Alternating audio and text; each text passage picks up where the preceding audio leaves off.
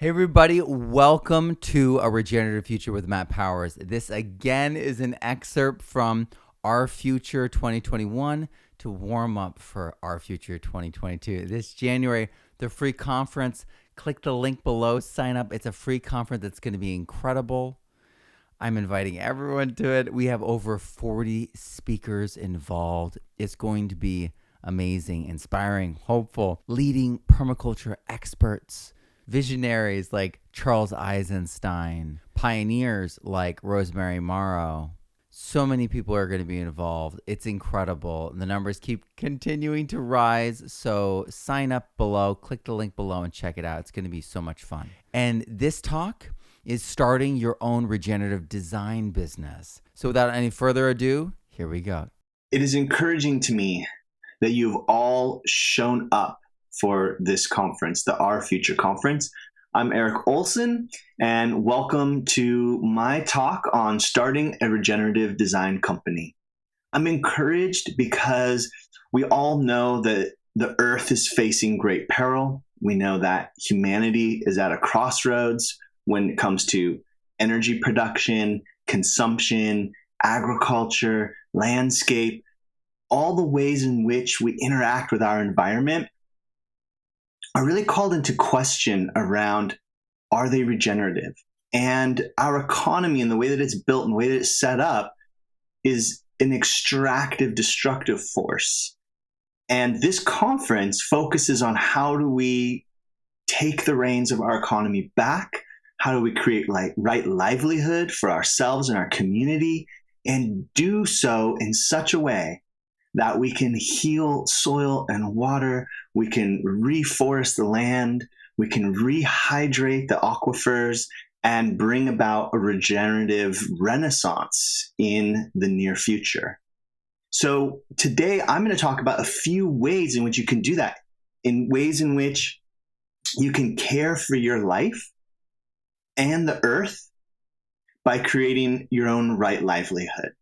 This is something that I've done in my life. I feel fortunate that I came upon the path of permaculture when I was 19 years old and immersed myself in the garden and learned ways of natural design and regeneration, and have been able to develop a career in this field and in this way. So I want to share some tips for you today in how to develop and grow a couple different types of regenerative design businesses, some low-hanging fruit, some approaches that I think are pretty easily accessible to many folks who are in these fields, even if you're starting out, with a goal of getting as many of you and as many of us into a regenerative economy, meaning that the work that we do to pay for our bills, care for our families, is actively building soil, catching water, growing food, connecting natural ecosystems in a regenerative way. We all deserve to be in the garden, in a garden like this. And this is the kind of landscapes that we can create through doing this kind of work. This can be our work in the world and the work that sustains us, both energetically, spiritually, and also financially. So just a quick thing about me. I'm Erik Ohlsen. I've been a permaculture designer, teacher, and activist since 1999. In 2005, I founded Permaculture Artisans. That was my first ecological business, my first regenerative design business. And we're now a 7-figure regenerative business with 20 plus staff. We have designed and installed and managed hundreds and hundreds of landscapes, mostly throughout California, but also in other parts of the world. And it is an absolute joy in being able to create a company that not only cares for Earth, but also cares for its people, that can care for this beautiful, amazing staff, and help and support our clients and our community, the school communities, the business communities, the cities and the counties. We've worked with all those different types of circles, all those different organizations and institutions to develop regenerative landscapes throughout our bioregion. In 2012, I founded Permaculture Skill Center. We're on a 5-acre demonstration site in Sebastopol, California. We've taught hundreds of students around the world in regenerative business design. We used to have on-site vocational training programs called the Ecological Landscape Immersion Program, as well as the Farm School. Those have been closed down, and we now have some online schools, which I'll talk about later. Since 2016, I've also written 7 books, a couple children's books, couple adult coloring books, all based in nature, eco-literacy education, and also a self-help book and a short overview on ecological landscape professionalism. And I'll share a little bit about that at the end. So that's just a little bit about me. You can look me up on Google if you'd like to find out more, but let's get on into what it is we're talking about today. So I'm going to go through a couple of regenerative landscape design business models that you can take and use for yourself to develop your career path. Maybe it's a side job, maybe it's a full-time job, a way for you to get into this regenerative economy fast, effectively, and start doing this work, for your livelihood. So one of the kinds of models we'll talk about is landscape design consultation in business. And I should say that while I'm going to talk mostly today about best practices for starting and sustaining these kinds of businesses, this is all within that frame of regenerative design. So I'm not going to get into actual design processes and permaculture principles and that aspect too much, because that's saved for another talk and another opportunity. But this is more about helping you pull the obstacles out of the way, the ones that tell you that you can't become a professional designer or a professional consultant in the world of regenerative design. This is to inspire you and empower you to pull those obstacles out of the way and go ahead and take that leap. So we'll get into landscape design consultation businesses. We'll also talk about a landscape maintenance business, which is probably the easiest business you can start right away in this regenerative work. And another business, which I'm not going to talk a lot about in this talk because it would take hours to really break this down in an effective way, is landscape installation. So we won't cover installation much in this talk, but I've talked about this plenty in the past, and I have a lot of educational resources for you. So if that's something you're interested in, you can follow up. You can follow up with me, and we can get you that information. So before you decide what kind of regenerative design business you want, you need to understand your own context. Not every one of these pathways is necessarily going to be a perfect fit for you. And so you want to do a personal assessment first and foremost. What are your skills? Not only what skills do you have now, but what are you passionate about? What are you excited to learn about? What learning edges are you excited to grow into? Because those will help provide this contextual decision-making framework for moving forward in making decisions about what kind of regenerative business you want to start for yourself. What are your needs? These could be financial, these could be emotional, these could be physical space, it could be health related. What are your needs? What are your skills? What are your passions? And then what about your bioregion? We're all coming from different places. I'm in coastal California, so we're in a Mediterranean type climate, very coastal influenced, very diverse soils, some topography, some wetlands, and also we're in a big agricultural culture, right? So culture is also going to help frame your context. And in my community, in my bioregion, permaculture design services is very sought after. And there's financial resources in this community because of our juxtaposition to the San Francisco Bay Area, which has a lot of wealth. And so in our particular region, we are really ripe and ready for creating these kind of businesses and finding a lot of success. Now, depending on where you come from, things may be different. You might be in a colder climate. You might be in a desert. You're bioregionally There may be some other things in effect. What kinds of problems are arising in your community, in the ecosystem in which you live. Identify some of these problems, and possibly you can create a regenerative design business that addresses some of the issues that your bioregion is facing or your community is facing. And culturally, have a good sense of the cultural framework in which you live as well. Maybe you're in an urban city, maybe you're in a rural ranching community. What's the mindset of folks in your bioregion, in your area, in the culture that you live in?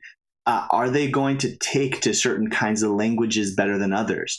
The more that you can break down these different contextual elements for yourself, the more you can create a business that matches and fits and solves the problems in your community and in your culture, in your bioregion, where you can really thrive and grow into that. You don't necessarily want to take exactly what I'm doing here in California and export that, into Alaska or into the tropics. You want to really, first and foremost, listen and observe and have a deep awareness of your context. And what I'm going to share with you today, a lot of this is baseline patterns that you absolutely can implement, but your approach might be adjusted depending on your context.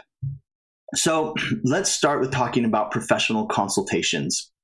If you have some experience in regenerative design, gardening, farming, construction, restoration work, maybe you know a lot about plants, maybe you know a lot about soil or a lot about water, a professional consultation service could be a really easy, low-hanging fruit type of offer that you can make to clients in your community. This is just a picture of my place. What you see here is the Sunseeker app, which I have on my iPhone. And what this allows us to do is look at where the sun is moving at any given time of the day and at different times of the year. And you can see that blue line there in the middle. That's winter solstice. I'm here in the northern hemisphere. So that's the lowest possible direction that the sun will be. And so you can see here in this picture that at about 9:30 a.m., I'll have my first sun on winter solstice in the spot where I'm standing. And by 2 p.m. on winter solstice, I'll be in shade, and it'll be shade for the rest of the day. This is the kind of information that you want to gather when you go out on a consultation. This helps you in your design process. It also helps you coach and support clients in their understanding of the ecology. So let's get into a few of the best practices for professional consultation. So first off, I'm giving this talk here and it's January 2021. We're still in the middle of the COVID-19 pandemic.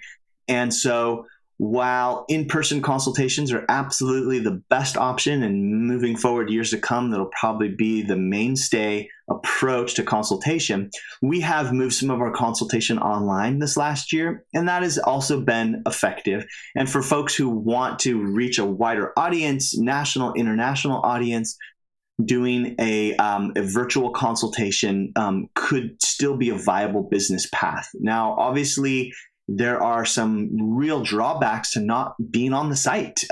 For one, I can't stand on the site and use my Sunseeker and see the sun azimuth and make those determinations. I could have a client do that or someone on site do that for me. But in person is clearly the best to be able to grab some soil and feel the texture and smell it, to see all of the micro patterns, what kind of fungi are sprouting up, what wildlife species are visiting the area. There's just so much that is key to so much information and data and understanding of a site that you can only get from being on site. So that is absolutely the best possible way.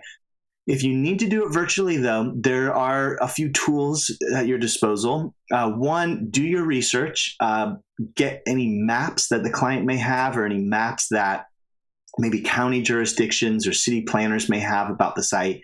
Look at satellite imagery, look at soils data, look at water data, look at vegetation, dominant vegetation type.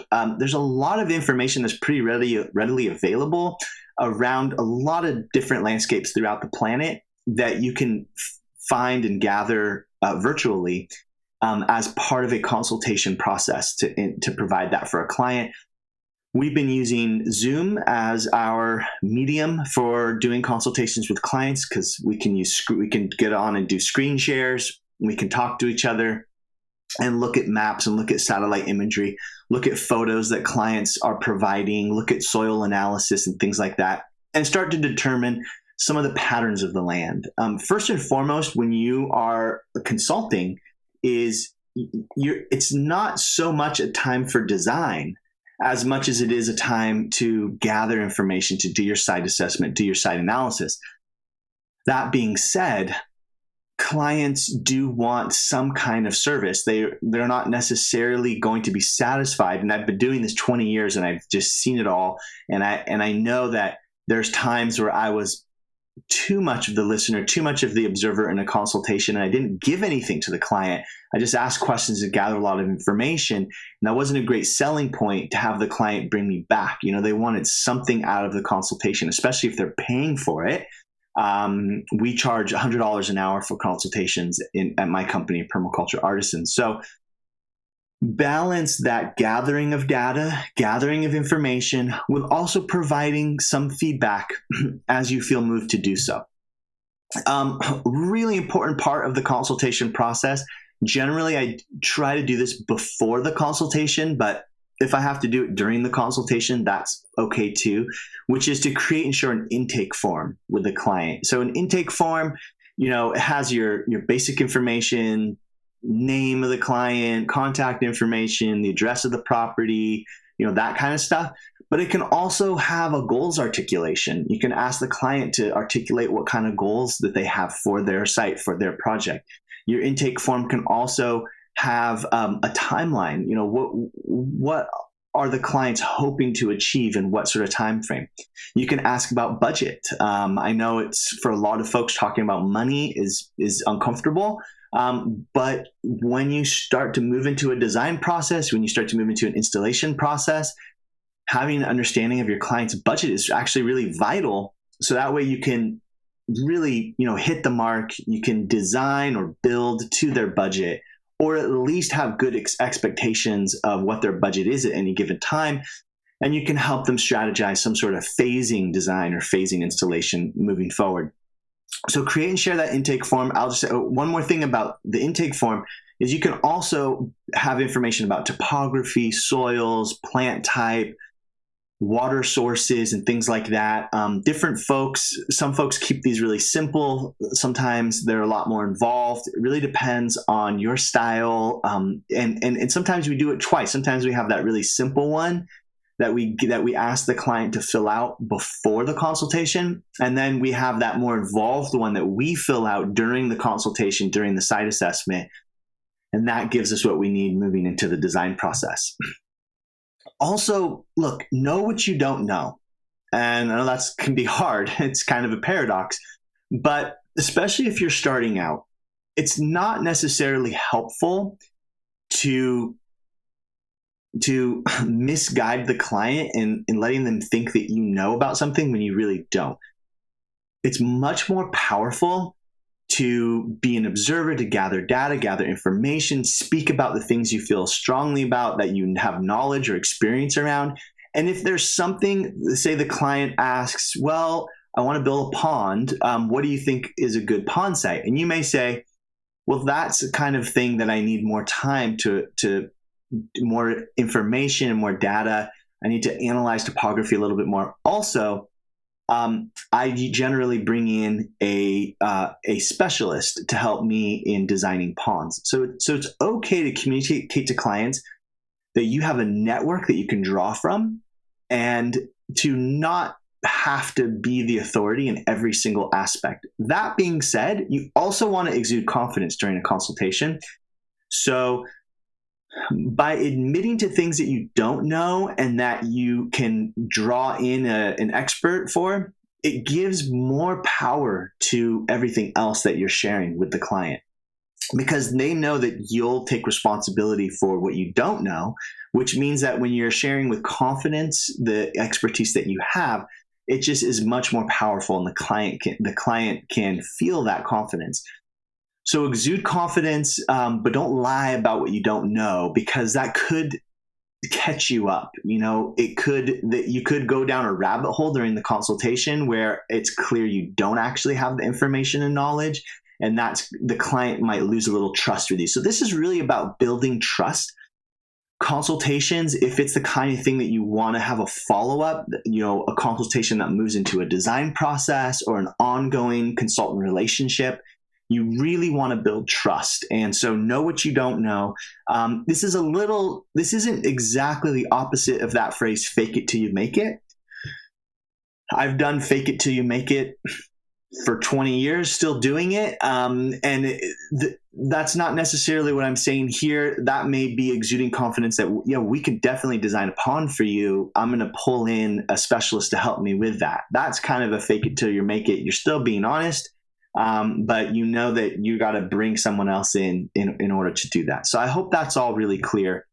Again, this is really about building trust with the client. In this entire consultation process is about gathering information and data, about building a relationship with the client, building trust with the client.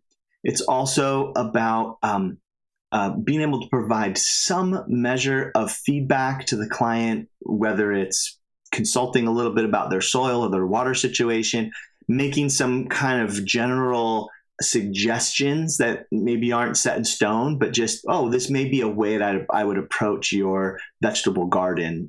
It takes some further research into, your soils and such, but here's some ideas we can work with. Being able to provide some kind of feedback to the client is really helpful. And then, what do you want to achieve?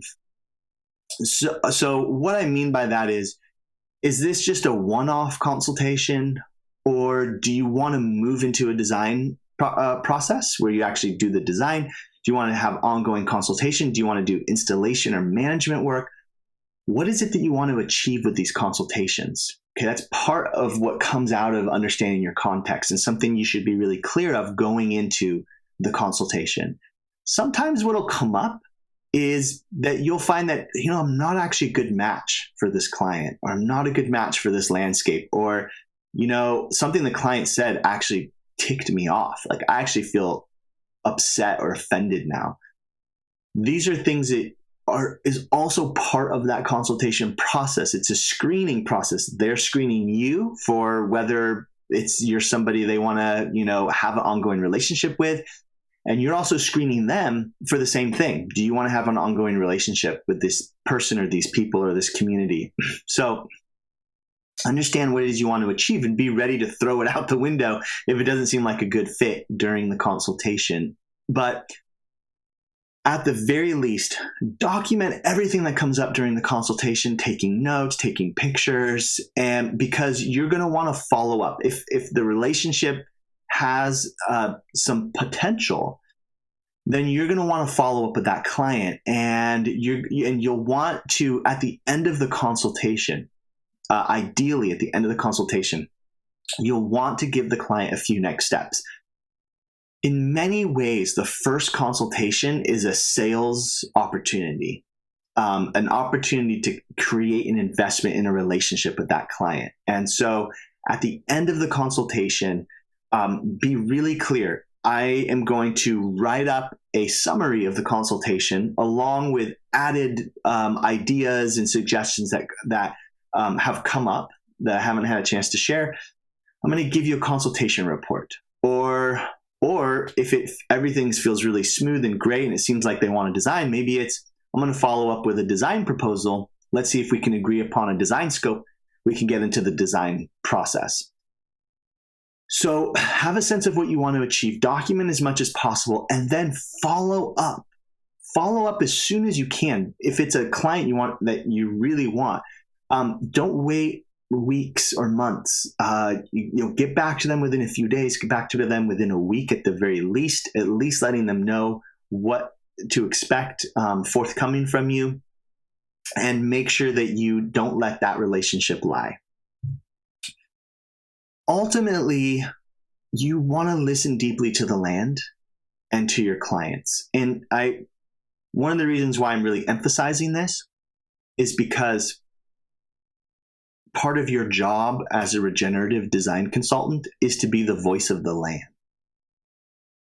And sometimes when you're out there with clients, they may make some suggestions that seem very counter to the ecological information that you're gathering while you're on the land. Maybe someone says, I want to put my house right there, and it's on top of a bog, or there's a spring right there, or they want to cut down this old growth tree to get a better view. Things like this. During your first consultation, you're not necessarily going to tell them those are bad ideas. You may say, let's think more about that. The reason why I say that is because you can turn a client off really quickly if you down all of their ideas during the consultation. But you can give them a little red flag that this is something to discuss later. So listen deeply to the land. Let the ecological voice of the land speak to you and be that voice for the land to the client. But often if it's stuff that may be challenging some big ideas of the clients, I may wait a little bit. I might put that in a consultation report. I might wait till we're in a design process. Or if the relationship doesn't seem good, then maybe I'll just, kind of down their ideas as needed. But the other thing you're doing is you're listening deeply to your client. Remember, while you're the voice of the land and you're observing natural patterns, you also need to observe the client's patterns. Because you're building a business, you are creating a sale. And so what do the clients really, really need? Can you help them develop their context? Can you get down beyond the fact that they want a really cool ecological garden and get down to, they want a place to retreat because they have a health issue. And so this is for their health. Or they have a family and this is a place for their children to play. Or they have beloved dogs and this is going to be a dog wonderland. What's the context of the client? What is it they're asking for? Read between the lines. Assess the client as much as you assess the land. Here's just a few pro tips. One, be professional. You want to show up professional. What does that mean? Be on time. If you're going to be late, call them.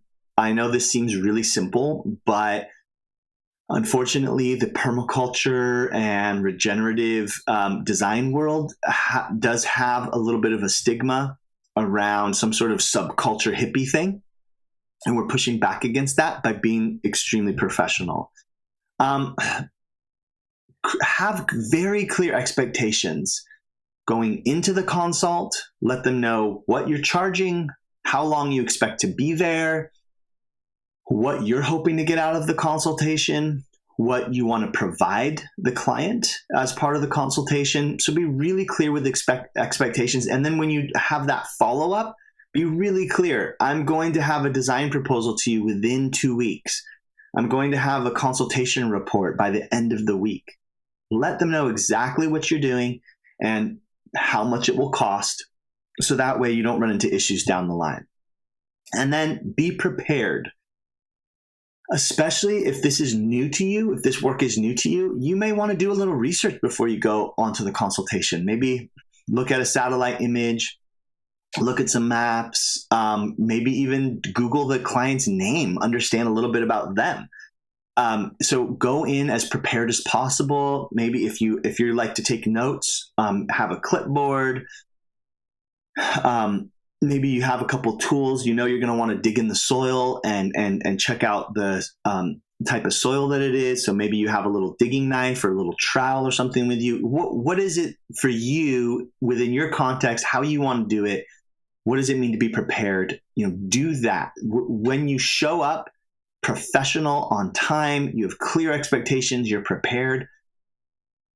Clients really, really resonate with that. They feel taken care of, they feel your confidence, and they feel your care. So that's a bit about consultations.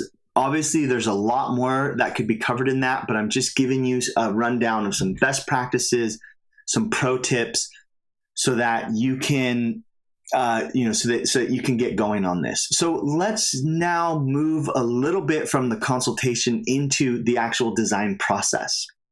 Now, again, I'm not getting into the actual regenerative design methodologies and processes. You can find that elsewhere. Specifically, what I'm going to talk about right now is how you engage a professional relationship around a design process with a client. How do you make that sale? How do you set up those expectations? And what are a few approaches that you might take? So, first and foremost is the design proposal.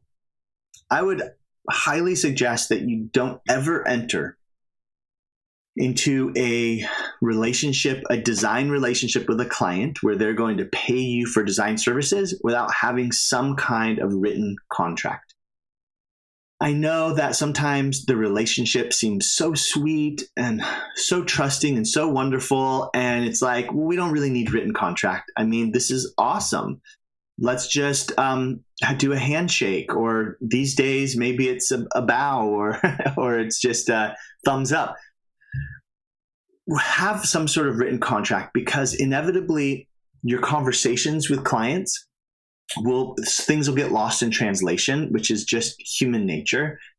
They're going to hear things that you didn't say. You're going to think they understood things that you did say, and it could cause problems. So have some kind of written contract. And within that contract, here are a few things that are really important to have in that contract. First and foremost, the scope. Okay, you can see this picture here that I have with you. That's a 100-acre project. That design that you're looking at right there. Now, this client wanted to have a scope of that scale. They're on 500 acres. Notice that I'm not showing 500 acres, right? So we, through our conversations, our negotiating, through consultations, just realized that, this 100 acres of the prime farmland production area of these farmers and these ranchers, this was the area to focus on. Now, the same can be said on a smaller scale. Let's say you're working with a suburban client. All they've got is an eighth of an acre of a lot, a typical suburban lot, eighth of an acre, maybe a quarter of an acre. But they only want you to design a vegetable garden. They're not asking you to design the whole property, or they only want you to design the front entryway to the house. This is where that consultation conversation, that negotiation, the clear expectations, what is the scope the clients actually want? Now, you could try to sell them on a bigger scope. You could say, hey, I really advise that we design the whole property because this is a regenerative design. We think holistically, and everything relates to everything else. And so it's hard to design just a small part. You could try to sell the client on that, and they might go for it. But they may also say, no, I have a small budget. I really just need to figure out my front entryway because the back is already done, whatever it might be. So get very, very clear on the scope. That's the very first thing you need to have represented in your proposal, your design proposal. Oh, and let me just say, the design proposal is a contract that you send to them that has all of this written out that they're going to sign and you're going to sign, and it is going to be your agreement for the design process. The second thing you need to have in your design proposal is what it's going to cost. How much are you charging per hour? How much time do you think it's going to take for each item on the proposal? So for instance, often I'll have a design proposal. It'll have a concept design, which would be like the picture I have here. That shows kind of everything. Then it may even have a detail for a gray water, let's say, where we're going to do a zoomed in detail about a gray water system. Maybe it's going to have a planting plan, different than a sort of general thing that you see on the concept plan, but an actual planting plan that shows the exact species and where they're going to be placed in the design. That's a big body of design work. Often projects don't have planting plans because they want to start with the concept design and then move into the actual specific plant locations later. So understand that as part of your scope, you are the graphic deliverables. So you may have them in line items: concept plan, gray water detail, planting plan. How much is the concept design going to cost? How much is the gray water detail going to cost? How much is the planting plan going to cost? Then you can add it all up for a total cost. Now, the thing about a design process is that it's fluid, and there may be things that come up during the process. So you can approach costing this out in different ways. Sometimes I do a range to let the client know that this particular, depending on the client, part of your client assessment, you may realize that this client loves to ask questions. They send me 2-page emails. They love to talk. And so a client like that, what you gather from that information is that there's going to be a lot of communication during this design process.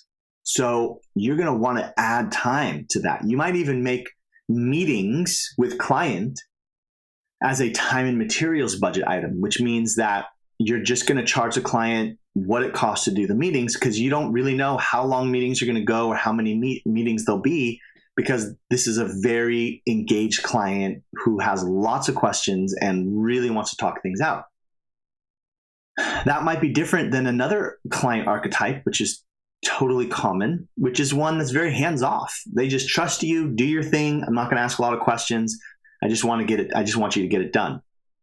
A client like that, maybe there isn't a lot of engagement and they won't spend a lot of time asking a lot of questions. So when you start to think about cost and pricing, you could do a number of things. First, assess your client, understand their personality type. And second, if there's an aspect to the design that requires a lot of extra research, and it's kind of unknown how much time it's going to take, there's a couple rabbit holes you have to jump into before you can give an effective design. Well, then you might add a range. You might say, well, for this particular gray water detail that you want, we need to figure a few things out about the soil and about the location of the septic tank, and kind of look into what the county regulations are. So I'm going to say it's going to take anywhere between 10 and 15 hours to do this. So now you have a range. If you're charging $100 an hour, it's $1,000 to $1,500 range for this gray water detail. So then your grand total can have a range as well. So that's a little device that we've used that's been super effective in, again, managing expectations, having clear expectations. It's always worse if, really hear me out here, it's much worse if you underbid a project and then you either have to eat the time later. It's like, oh, I thought it was only going to take 10 hours, but it took 20 hours. But I'm afraid to charge the client the extra 10 hours. So now you're eating it. Or you go try to charge the client after you had a very clear expectation of the scope and the cost. And you say, oh, it actually was twice as much. It's $2,000 now, not $1,000. They might fire you on the spot. It may not build towards a trusting relationship. And these are the kind of things that happen all the time in this kind of a business. So it's really important to, I'm going to say it, pad your proposals, meaning give yourself a little extra time, a little extra budget than you think it might take, because something might come up. And then at least you've provided that expectation, and also create a range if need be that encompasses that potentially extra time. Like, I think it'll only take 10 hours, but it might take 15. So I should probably say 10 to 15. So your scope, what is the scope of the project? How much is it going to cost? Your proposed timeline.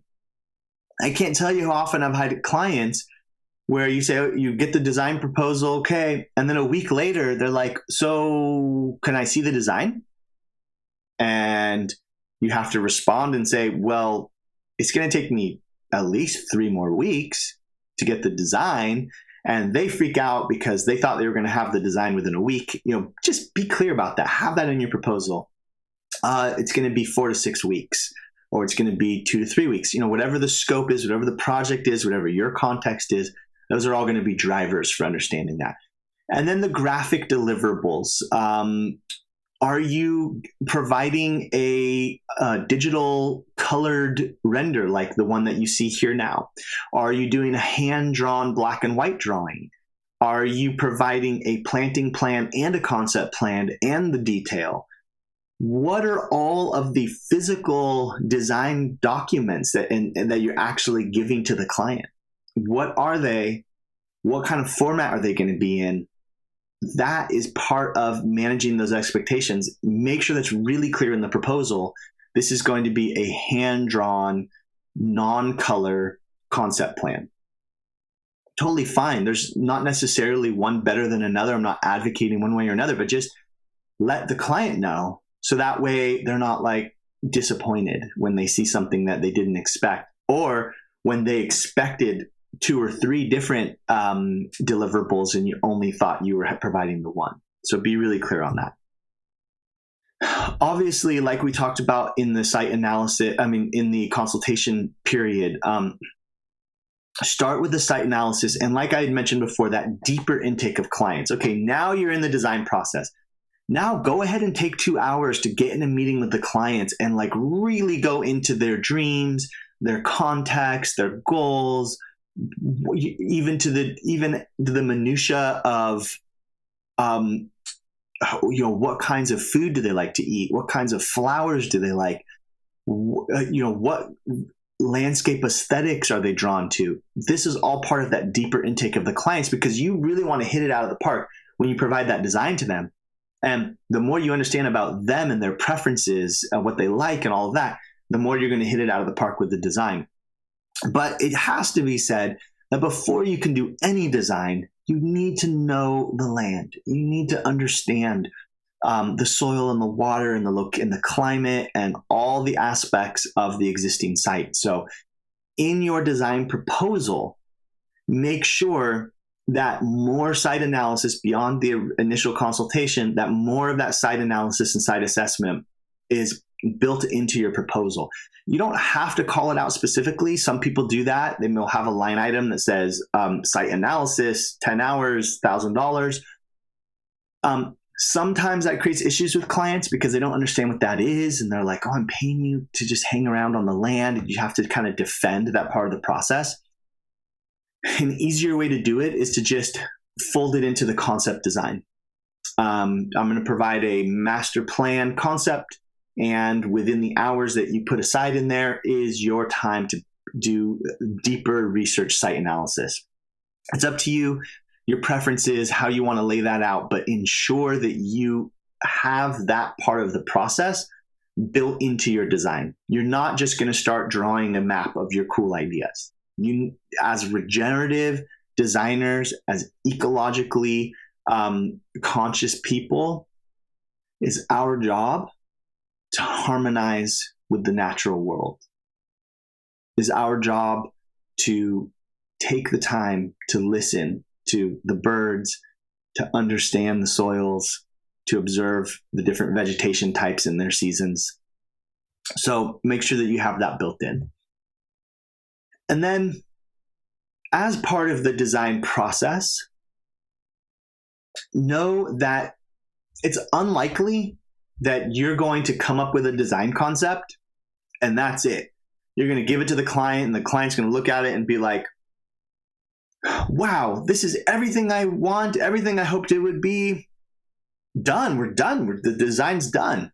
That's probably not going to happen. Most likely, you're going to provide a design to the client. And they're going to say, I don't know about this. Tell me about that. They're going to have feedback, and you're going to need to do a revision. So before you get to a point where you're doing a really polished design, like for instance, before you color render a design, if you're providing that as a service, before you color render or before you do all the exact locations and stuff, it is worth it to first start out with a rough concept and present that to the client. This is like a middle part of the process.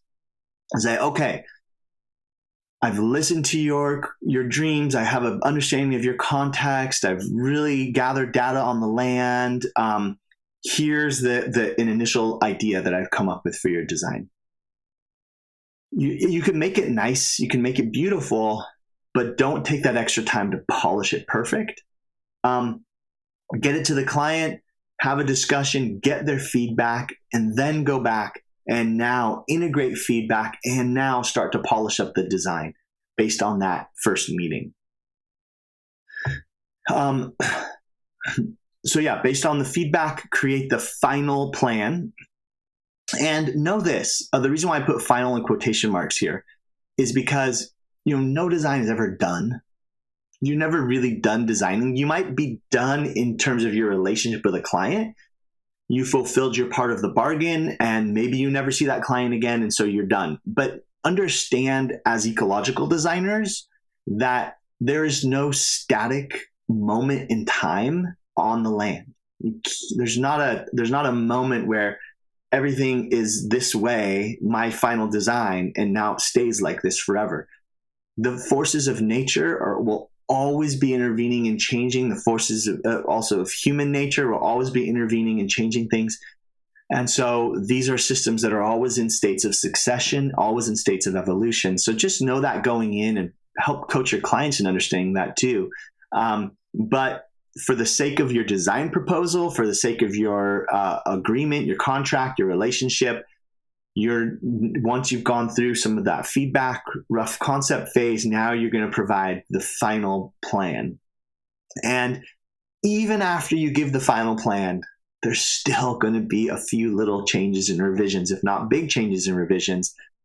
So in your budget, when you're thinking about how much time you're going to take to present projects to clients, when you think about how long it's going to take you to do the work, how many times you're going to have to revise your design, leave a little bit of space for a final revision process where you take your final design plan and you still have to make a few changes and adjustments. It always happens. It always comes up.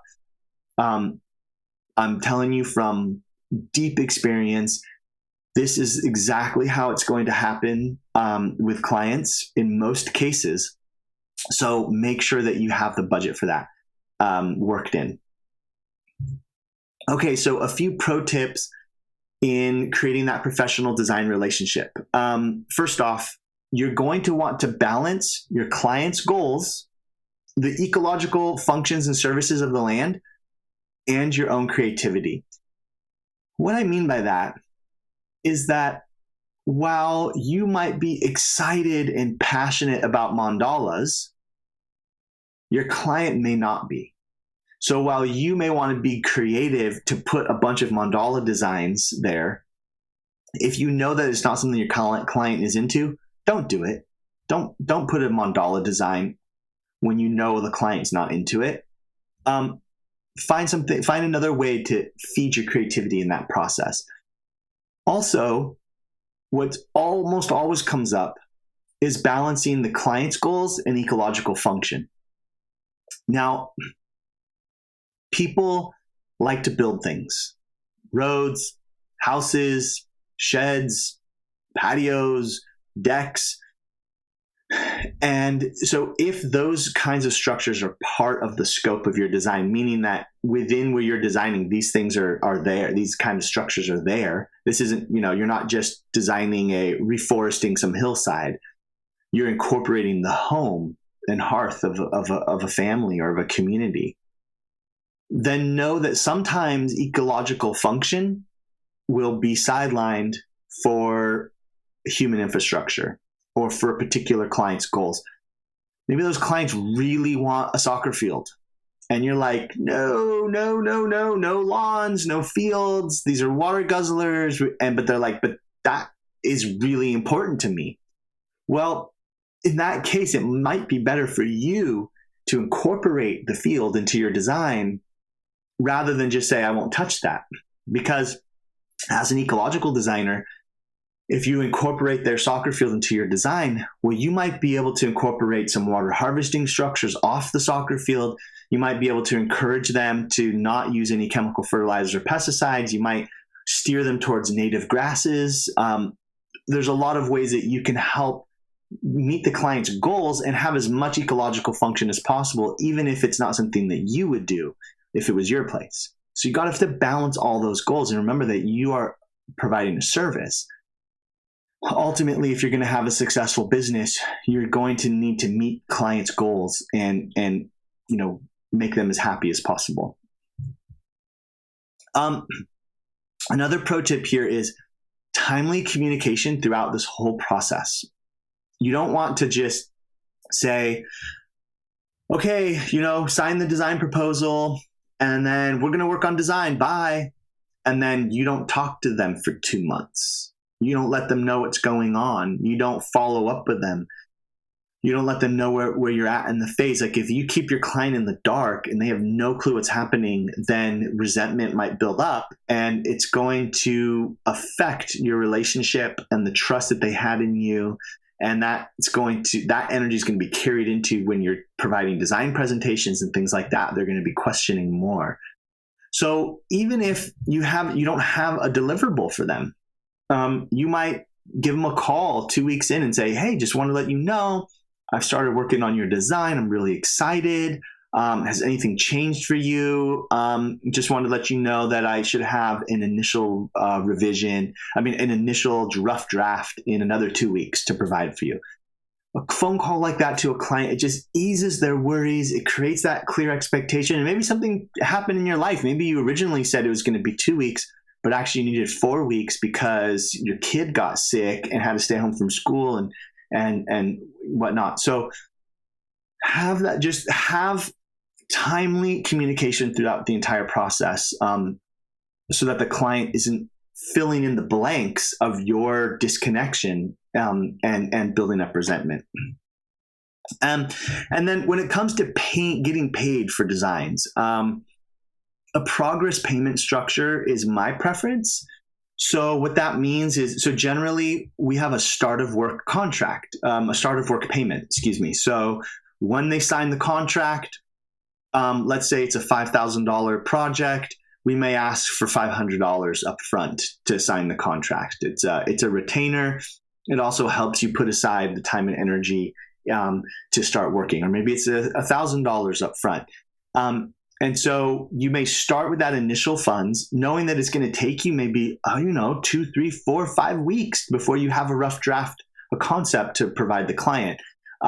So then this is where it gets tricky. So you may have that initial payment, which you're going to have to, they're paying ahead of time. So now when you invoice them, your invoices need to reflect the fact they already paid you $1,000. So they're not going to pay double on that. Second thing is, most likely you're going to want to provide them with some deliverable before you charge them. So you can get yourself into trouble if let's say you've worked a whole bunch on the design plan, you've put in 40 hours on a design plan, but you don't have anything to present to them yet. And you go and you ask for payment on that 40 hours, but you haven't shown them anything yet. That could freak them out. I've done that before. I don't recommend it. Better is to get that initial payment at the time of the contract proposal, then work on the design, get to that rough concept phase where you do an initial presentation, knowing that there's a lot to change. Am I going in the right direction? Give them something. At that point that you give them something, now you can invoice for all of that time that it took to do that. So generally you want to invoice for payments after you've given a deliverable. And then obviously at the end, there's another moment for that too. So structure that how you want. However, you don't have to do what I'm saying, but however you structure it, make sure it's super, super clear with the client. If it's I invoice you every 2 weeks, whether I give you a deliverable or not, make sure it's really clear with the client, because you just don't want this part of the process to get in the way of them having a great experience in the design process and loving your design. So create some kind of progress payment structure for yourself. Well, I'm not going into the full design process, meaning how you actually do the design itself. It does bear mentioning and a reminder that you're not a regular landscape designer. You're a regenerative designer. And so the kind of design process that our approach is about designing relationships. You're designing relationships, not things. So I just wanted to just bear that in mind, that through this process, the structures, the planting systems, the roads, the water harvesting, all of this is designed within a framework of a web of relationships. And that the relationship between client and land is also part of your design process.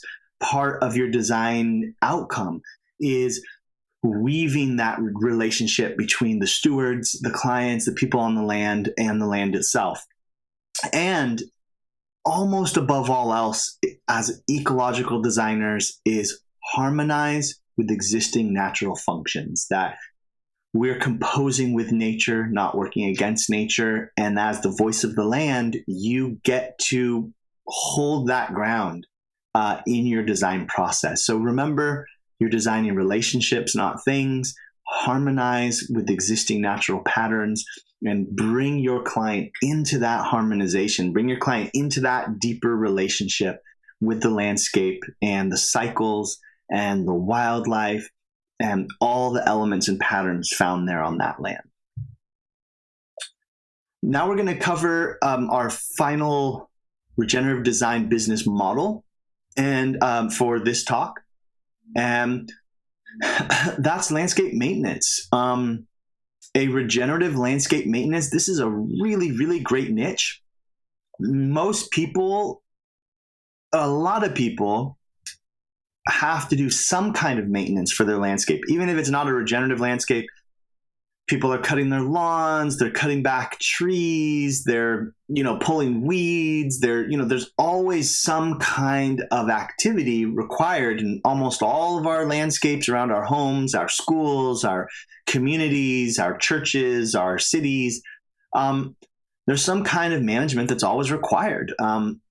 Even if it's just getting leaves out of a gutter or what have you. So there's a few entry points here into landscape maintenance. And the reason why I share pictures of all this abundance is that when you're operating a regenerative landscape maintenance business, it's likely that your clients have food plants and that you get to work with them and coach them through the process of harvesting and managing all of the yield that is coming out of their regenerative landscape.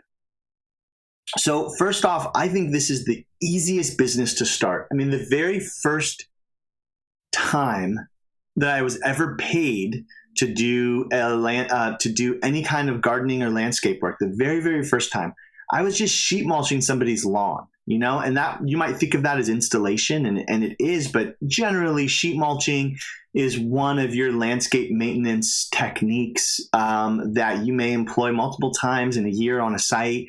Sheet mulching a pathway a couple times, or sheet mulching around some trees where the grasses were growing, whatever. So I was providing landscape maintenance services really young, at like 20 years old, with not a ton of experience. I knew how to move mulch, right? I could put cardboard down and move mulch. I could pull weeds. I could spray compost tea. If I had access to some compost tea, I could put compost tea down, and I could cut back lavender, and I could cut back rosemary, and I could deadhead flowers. There's a lot of very simple techniques that can be employed to get off the ground, right? And you could just start providing services and caring for people's landscapes in an ecological way. You don't spray chemicals, no chemical fertilizers. And maybe you're focusing on soil health, you're focusing on plant health, and making things beautiful. So easiest business, this is the easiest entryway with low experience to get in and start gaining experience on the land while also, getting paid to do some of this work. My friend and mentor, some of you may have heard of John Valenzuela. He's an incredible permaculture teacher, an incredible food forest designer, and just an amazing, amazing man. And I'll never forget that, one day he told our class, he pulled out a pruning saw, a pair of hand pruners, and loppers, and said, these 3 tools, this is all I need for my business. These 3 tools, I can do all my landscape maintenance work, I can prune trees, and I can create an entire business. Those are very affordable tools for a very powerful business model that you could start doing this year. One of the more advanced and beneficial aspects of doing a landscape maintenance business is that if you build a good relationship with a client, it could lead to design and installation if they know that you do that sort of thing. So you have that relationship with the client, you're maintaining their landscape, their garden, and they say, hey, what do you think? We wanted to add a couple more garden beds, or we're putting a patio in over here. Do you have ideas for plantings around that patio? Lots of different opportunities arise when you have an ongoing relationship with a client. So one of the make or breaks for a maintenance program is the schedule. You do not want this to be random.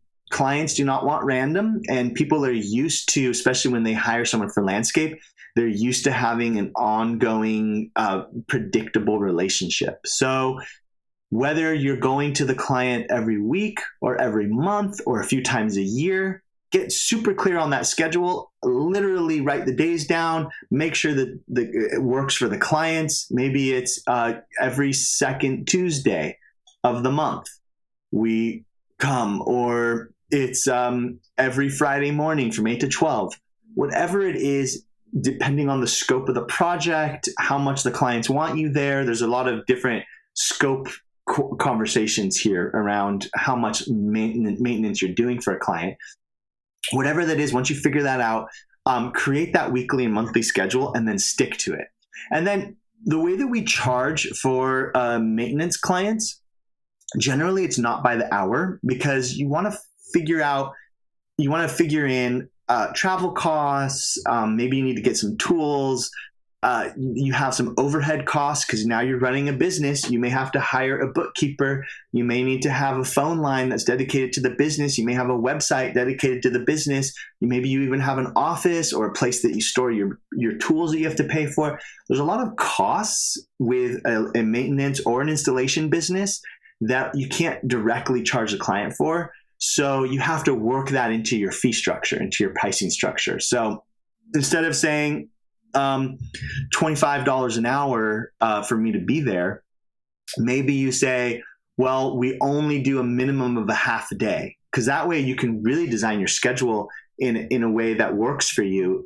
It's really challenging if you're going 2 hours to this client, and then you got to drive over to this client and it's 1.5 hours, and then you go over to this client and it's 3 hours. Your day's all chopped up, really hard to manage, and there's a lot of dead time in between in your day that you're not able to make any money. So creating half day or full day pricing structure, it works so great.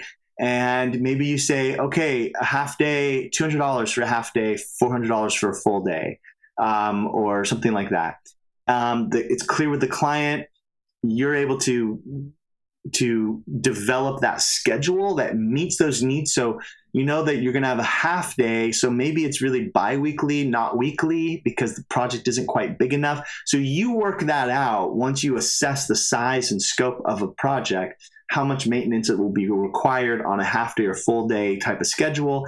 So it really gives the clients options, gives you options. There's just a lot of different ways you can go with this, depending on the client and the project. Like we said in the earlier parts of the presentation, clear expectations, have a written contract, be super clear about what it is you're maintaining, the scope that you're maintaining. Are you mowing their lawn, or is that for them to do? Are you pruning their trees or not? There's a lot of things to consider, and we're going to talk more about that in a sec. The other bit is charge for materials separately. So there's this term time and materials, which means that you only charge a client for the time or the cost of materials it took for something. So in this case, don't include the cost of materials into your half day or full day labor charges. some days you may not need any materials. You show up, you've got your loppers and your saw and your pruners, and you're just cutting things back, just making it look beautiful, just taking care of business that way.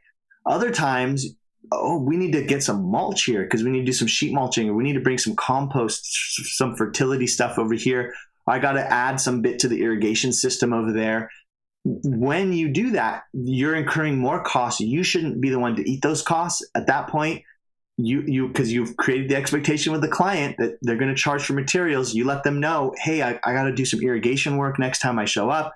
I'm going to bring some irrigation materials. Now, when you send them an invoice and it has $200 in irrigation parts, they get it. They know that's an extra charge that they've agreed to pay. So keep materials separate when you're doing a maintenance business. So also keep in mind that while maintenance schedule might include weekly or monthly, there are often in landscapes and farms and things that you might be maintaining bigger projects that are just seasonal projects, like pruning the 50 fruit trees. Well, don't include pruning the 50 fruit trees as part of your half-day, full-day maintenance agreement, because there might be other maintenance things that still need to be done during those half-day, full-day agreements. And pruning these trees is like, wow, this is a big project. This is actually going to take 4 days to prune all these trees. So be really clear up front when you're assessing a site for a potentially new client, where you might mention, well, we're going to do twice a month on a half day. So maybe the client's paying you $400 a month. But once a year, we're going to do a 2-day pruning or 4-day pruning or whatever. And that'll be charged at a time materials basis. And you work out how to price it. You've given that clear expectation to the client. You've even maybe put it on a calendar that you've given them, or you've asked them, or you've sent dates, potential dates, and even months in advance. Okay, yeah, every December, we're going to do 2 days worth of pruning. So make sure that you have those kinds of conversations with the clients, make the expectations clear, identify those big seasonal projects that might be outside of your normal weekly, monthly agreement, and then go from there. And the beauty of a maintenance business is that you're serving multiple clients, and you can grow it however big or small as your context allows and your passion and goals for this. And right now at Permaculture Artisans, we started the landscape maintenance business side of things started really late. So we first were doing design and installation for many, many years. And then about 2 years ago, we started our landscape maintenance business.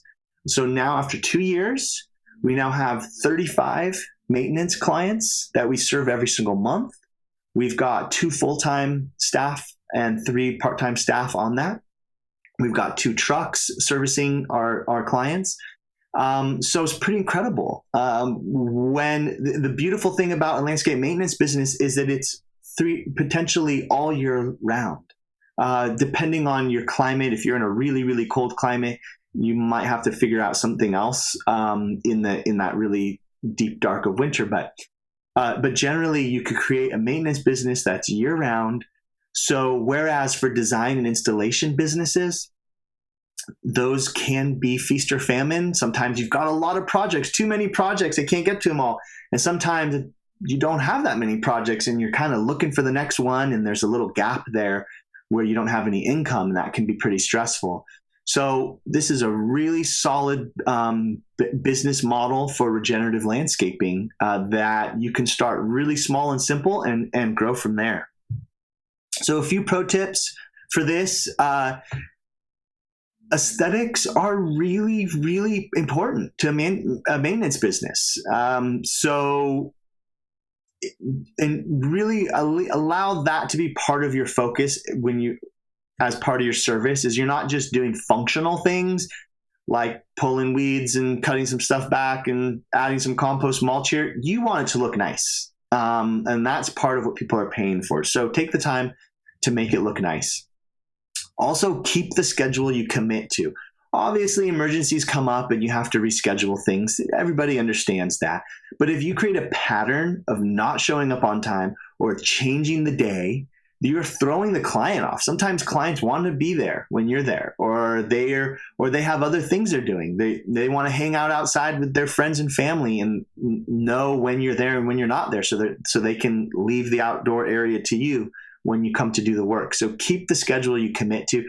And you might even, if you're only seeing a client twice a month or once a month, or on a semi often basis, you might even give them a call ahead of time, even though, hey, that it's on the schedule and the agreement is the last Friday of every month you're going to show up. But hey, they might forget, they might lose track. So you might send them an email on Thursday or give them a call and say, hey, just a reminder, I'll be showing up tomorrow. That's always a nice thing. And then as regenerative designers, strive for abundance. Manage these landscapes, not just for aesthetics, but for abundance, for food and flower and habitat and wildlife.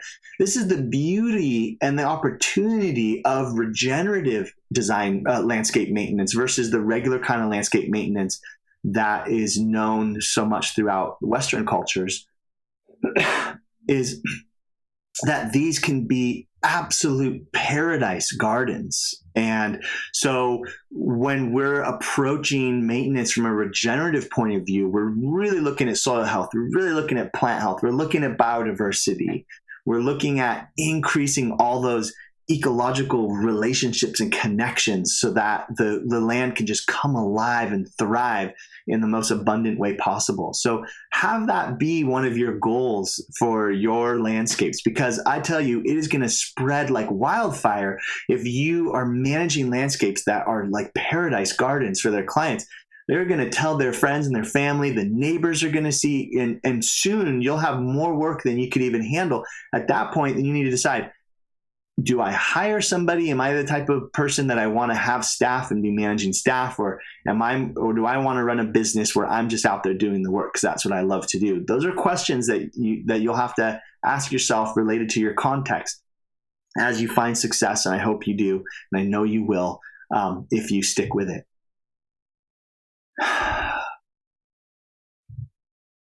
I just want you to know that I really, truly believe in you. I believe in your ability to create a regenerative business for yourself. And I hope that this talk has given you some tools and some inspiration and some empowerment to go start, whether it's consultation and design, whether it's a maintenance business, whether it's installation, which is much more involved, but probably the most profitable of the three. I know that you can do this, and I have done it before. And you just need to remember that you got to just start small. It's okay to start out small and grow from there. It takes time. It's really important to be patient when you're starting out with any kind of business. I've started now 5 different businesses in my life, and I can tell you that it takes about 5 years for a business to mature and have a life of its own. That's 5 years of perseverance, 5 years of patience, 5 years of leaning into the slow times. And there's going to be slow times. And many years in the early part of Permaculture Artisans, every winter when the slow time hit and financial stress came in, and I just, so many times I thought I should just let this go. I should just quit, move on to something else, go work for someone else. It's too hard. I can't do it. But one of the things that happens in those slow periods is you really gain clarity about your mission, your purpose, who you are, the kind of work you want to do in the world. And so I want to support you that as you start your business and you start to hit some of those road bumps and you get into those slow periods, really lean into those slow times as like sacred opportunities to gather clarity about where you are in this, how you want to emerge out of this slow time. And I am so grateful that I stuck with my business during those slow times, because now it has a life of its own. And now it's thriving beyond what I ever could have imagined. And I know that can be it for you. I just we live in this culture where we want short-term satisfaction. We want things to happen quickly. And that is just not realistic when it comes to starting a business of your own. It's just not realistic. And so don't be afraid of it. Lean into it. Know it'll take time, and let it grow you as you grow it. And you will be successful in this work. So I'm Erik Ohlsen. If you want to learn more about me or my work, I've got the 3 websites here: ericohlsen.com, permacultureartisans.com, permacultureskillcenter.org. I do have an online school, the Eco Landscape Mastery School. And if you are really excited about starting a regenerative design business, whether it's consultation, design, installation, maintenance, my program is totally self-paced. There's hundreds of hours of content. I literally give you the design proposal template. I literally give you the estimation workbook so that you can start your business. You have all of the infrastructure, the business side infrastructure to get your business going. And then as part of the Eco Landscape Mastery School, you'll go through all the different modules to start and sustain a landscape business. But then we also have all of these guests that have come on over the last few years. So we will talk gray water, we'll talk carbon farming, we'll talk regenerative agroforestry, we'll talk irrigation systems, gray water systems, black water systems. We'll talk project management and design process, and we've met with all these experts, and it's all there for you at the Eco Landscape Mastery School. So you could find that at permacultureskillcenter.org if that's interesting to you. If you want to have that as a resource to grow and build out your business from here on. I've also written a bunch of books, and I share a couple here with you. I wrote a children's book about forest fires. Where I live right now, we've had 4 straight years of catastrophic wildfire in my community, and all the children are deeply affected by this. So that's why I wrote that book, to help impart some fire ecology understanding about the role of fire, both for adults and children. And then I've got the Eco Landscape Professional book. This is just a short overview of some of the things we talked about here, about getting out there, starting your ecological landscape business, and going for it. I really hope you enjoy the Our Future conference. I'm grateful to get to speak to you today and share my experience with you. I hope you stay in touch.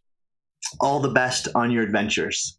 Thank you so much for listening. Erik has been a teacher in all my courses. I've highlighted his work for many years because he does such excellent work. He is one of the people that has been a mentor to me and inspired me as well. If you want to learn more stories about Our Future, more stories about permaculture in general, subscribe, like, share, click the link below and join us in Our Future 2022 this January, next month. And you will be included in 7 days, over 40 speakers. I think it's going to get to over 70 speakers that are going to show us what is possible. Help us see the future at a much more regenerative, hopeful, and inspiring level. So join us. It's going to be awesome. It's the best way to start 2022. Grow abundantly, learn daily, and live regeneratively. I'm Matt Powers. See you next time.